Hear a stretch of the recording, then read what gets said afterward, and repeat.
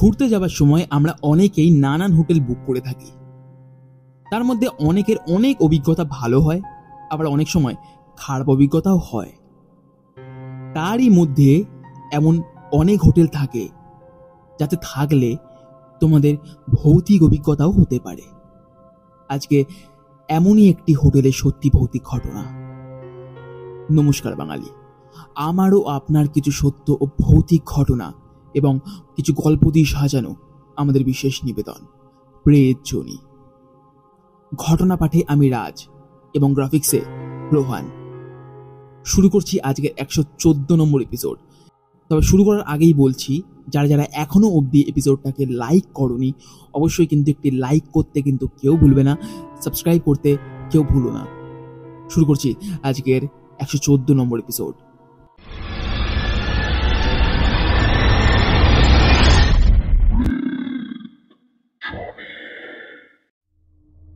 ঘটনা পাঠিয়েছে দেবায়ন ভট্টাচার্য।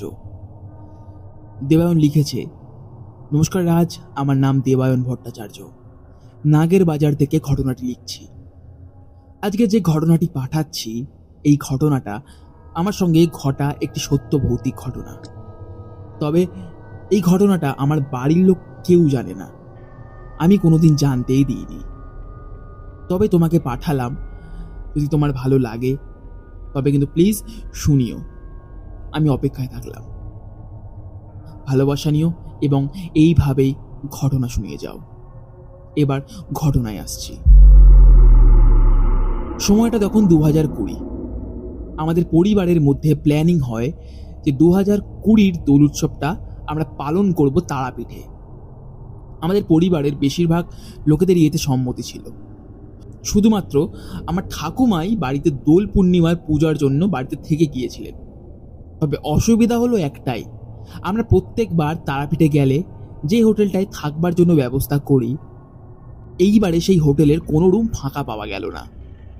ফোন করায় ওনারা বলেন যে ওনাদের হোটেলে থাকার কোনো ব্যবস্থা করা যাবে না ঠিকই, তবে ওনারা ওনাদের পরিচিত অন্য একটি হোটেলে আমাদের থাকার ব্যবস্থা করে দেবেন। এই প্রস্তাবে নাকচ করলো আমার কাকা ও কাকিমা।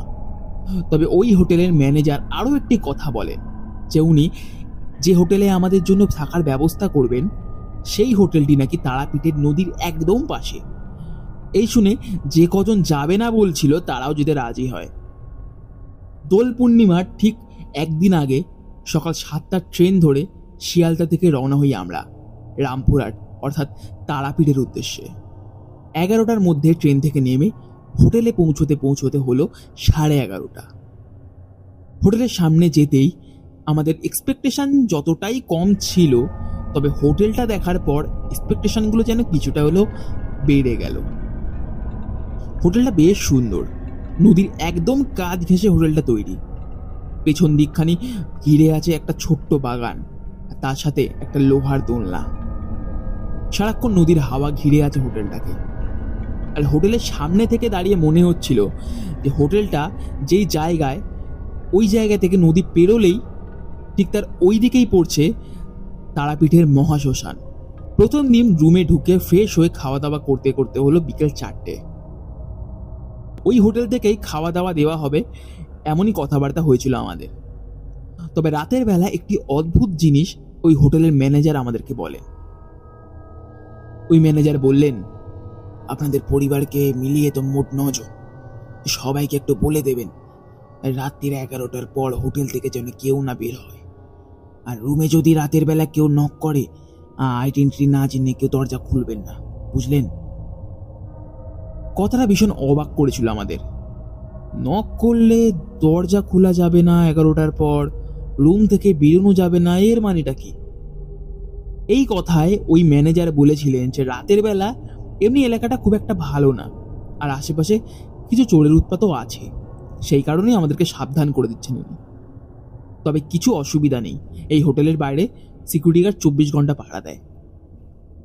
এই বলে চলে যান উনি। তা আমাদের মধ্যে এমন কেউই নেই যে রাত্রির 11টার পর বাইরে যাবে, আর সেই নিয়ে কোনো চিন্তাও নেই। প্রবলেম হলো একটাই, রাতের বেলা যদি আমরা একে অপরের রুমে যাই তবে তো নক করতেই হবে। এটা তো একটা বুদ্ধি এলো আমাদের মাথায়। কেউ যদি আমরা একে অপরের রুমে যাই তবে আমরা একে অপরকে ফোন করে তারপর যাব, এটুকু তো আমরা করতেই পারি। প্রথম দিন তেমন আমার কোনো অসুবিধাই হলো না। বিকেলবেলা একটু আশপাশটা ঘুরে 9টার মধ্যে হোটেলে ফিরে গিয়েছিলাম। তবে একটু অদ্ভুত লেগেছিল হোটেলের পেছনের বাগানটায় গিয়ে। জানি না জায়গাটায় গেলে কেমন যেন একটা অনুভূতি হচ্ছিল, ভীষণ খারাপ অনুভূতি। কিছু কিছু জায়গা আছে না যেখানে গেলে আমাদের প্রচন্ড আনন্দ হয়, প্রচন্ড ভালো লাগে। এই জায়গাটা যেন তেমন নয়, জায়গাটায় যেন কিছু খারাপ হাওয়া আছে। তা আমি এই নিয়ে বেশি মাথায় ঘামাই না, ভালো লাগছিল না তাই যাইনি আর আমি ওইদিকে। তবে একটি ঘটনা ঘটে আমার সঙ্গে ওই দিন রাতে। খাওয়া দাওয়া হয়ে যেতে আমি নিচ থেকে আমাদের রুমের দিকে উঠছি। ঠিক সেই সময় জানালা দিয়ে লক্ষ্য করলাম একটা বয়স 10-এর বাচ্চা মেয়ে বাগানের ওই লোহার দোলনাটায় দুলছে। আমি এটা দেখে ভীষণ অবাক হলাম, কারণ এমনিতেই ম্যানেজার বলে দিয়েছিলেন যে রাতের বেলায় কেউ যেন বাইরে না বেরোয়। তবে কি এরা কথাটা জানে না? ফাঁকা জায়গায় বাচ্চাটা অমন দোলনায় দুলছে, পাশে আবার নদী। ঠিক এই সময়তেই বাচ্চাটা দোলনা দুলতে দুলতে সজোরে পড়ে যায় নিচের সিমেন্টের মেঝেতে এবং অঝরে কাঁদতে শুরু করে। আমি এই দিকে তাড়াহুড়ো করে নিচে নামতে শুরু করি সিঁড়ি দিয়ে। যতটা তাড়াতাড়ি সম্ভব নিচে নেমে যখন বাগানের দিকে গেলাম, কোথায় সেই মেয়ে? চারিদিকে ফাঁকা হয়ে থাকা বাগান আর হালকা দুলতে থাকা সেই দোলনা পড়ে আছে ঠিক তার জায়গায়। চমকে উঠলাম আমি। অদ্ভুত, এই তো দেখলাম উপর থেকে বাচ্চাটা পড়ে গেল, কাঁদছিল, আমি আওয়াজও পেলাম। এত তাড়াতাড়ি কোথায় গেল? আর গেলেই বা আমি তো এলাম ওই রাস্তা থেকেই, কাউকে দেখতে পেলাম না তো। জিনিসটা যেন কোনোভাবেই মেনে নিতে পারছিলাম না আমি। কিছুক্ষণ জায়গাটা দাঁড়িয়ে আশপাশটা দেখলাম তারপর আবারও ফেরত আসি আমার রুমে।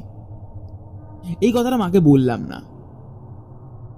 রাতের বেলা আমাদের রুমে আমি, মা, বাবা ও আমার বোন থেকেছিলাম, আর অন্যান্যরা অন্যান্য রুমে।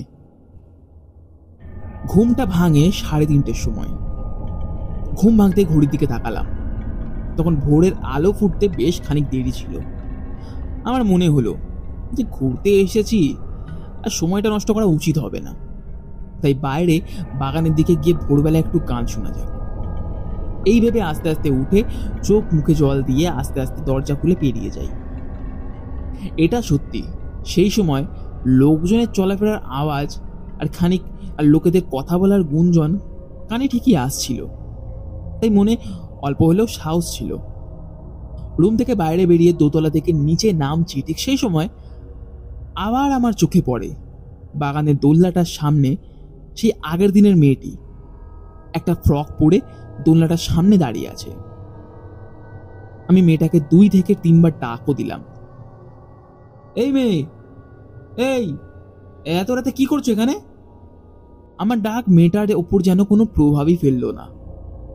সে একভাবে দোলনাটার দিকে তাকিয়ে থাকে। আমি আবারও হাঁক দিলাম, তোমার বাবা মা কোথায়? আরে এই মেয়ে। এই কথাটা শুনে দেখলাম মেয়েটা ধীরে ধীরে আমার দিকে মুখটা ঘোরালো।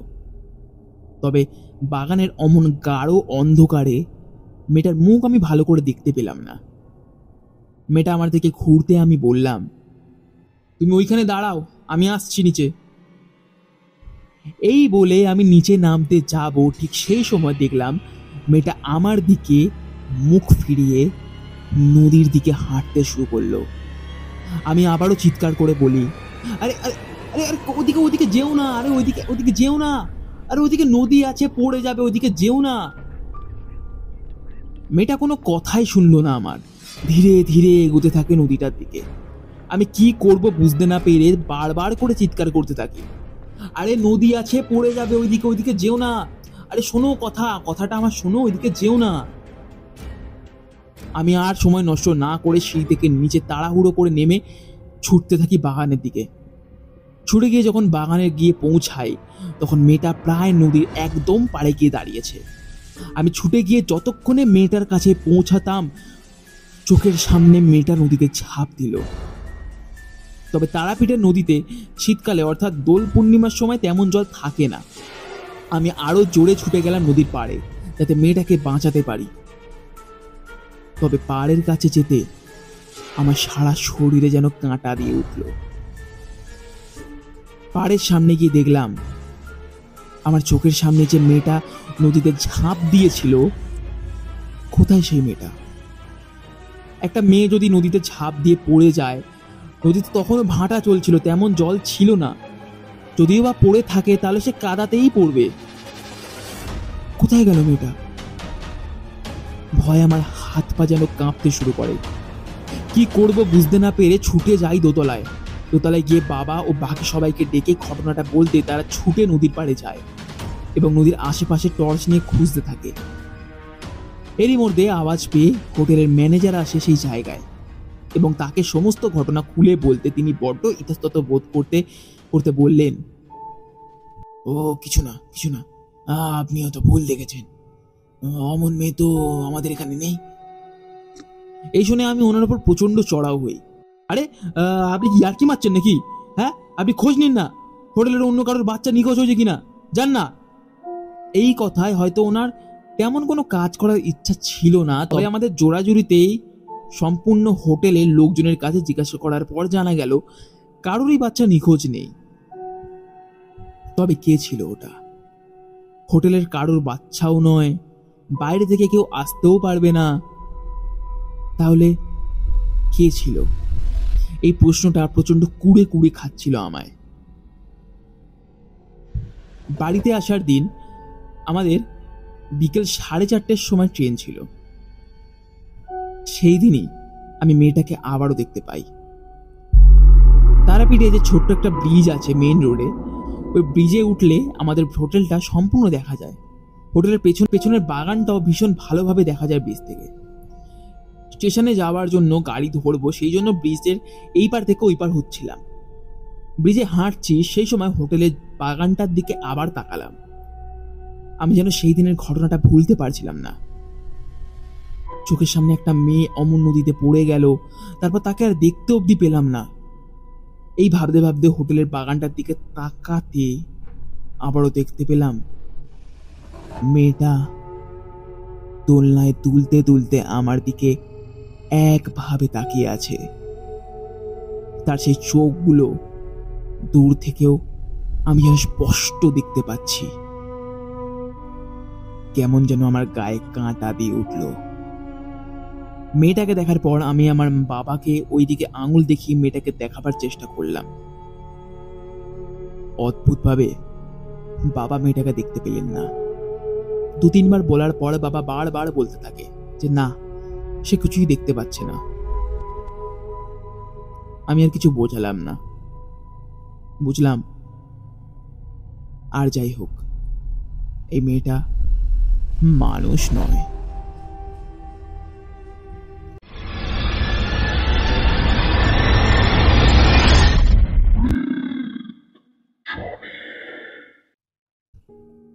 কেমন লাগলো আজকের ঘটনা? আশা করছি আজকের ঘটনা তোমাদের ভালো লেগেছে। ভালো লাগলে কিন্তু অবশ্যই একটি লাইক এবং একটি সাবস্ক্রাইব করতে কিন্তু কেউ ভুলবে না। তোমরা কিন্তু কেউ লাইকও করছো না, সাবস্ক্রাইবও করছো না। প্লিজ, ঘটনাটা যদি ভালো লেগে থাকে অবশ্যই কিন্তু লাইক করতে ভুলো না। তোমাদের সাপোর্টের কিন্তু প্রচন্ড প্রয়োজন আমার। প্লিজ সাপোর্ট করো, যাতে তোমাদের কাছে আমি আরো ভালো ভালো ঘটনা, আরো ভালো ভালো গল্প আনতে পারি। আর এখনো অবধি তোমরা যারা আগের এপিসোডটা অর্থাৎ বাড়ির নিচে শ্মশান, এই গল্পটি যারা এখনো পর্যন্ত শোনোনি, আমি ডেসক্রিপশনে লিঙ্ক দিয়ে রাখবো, প্লিজ কিন্তু অবশ্যই শুনেও। তোমরাও আমাদেরকে ঘটনা পাঠাতে পারো। কিভাবে ঘটনা পাঠাবে না, আমাদের ডেসক্রিপশন বক্সে দেওয়া ইমেল আইডি অথবা ফেসবুক আইডিতে তোমরা তোমাদের ঘটনা লিখে আমাদেরকে পাঠাতে পারো। আমাদের ইমেল আইডি prejoni49@gmail.com। আমি ফিরছি আগামী বৃহস্পতিবার কোনো একটা গল্প অথবা তোমাদেরই কোনো একটা ঘটনা নিয়ে। আজকের জন্য সকলকে শুভরাত্রি।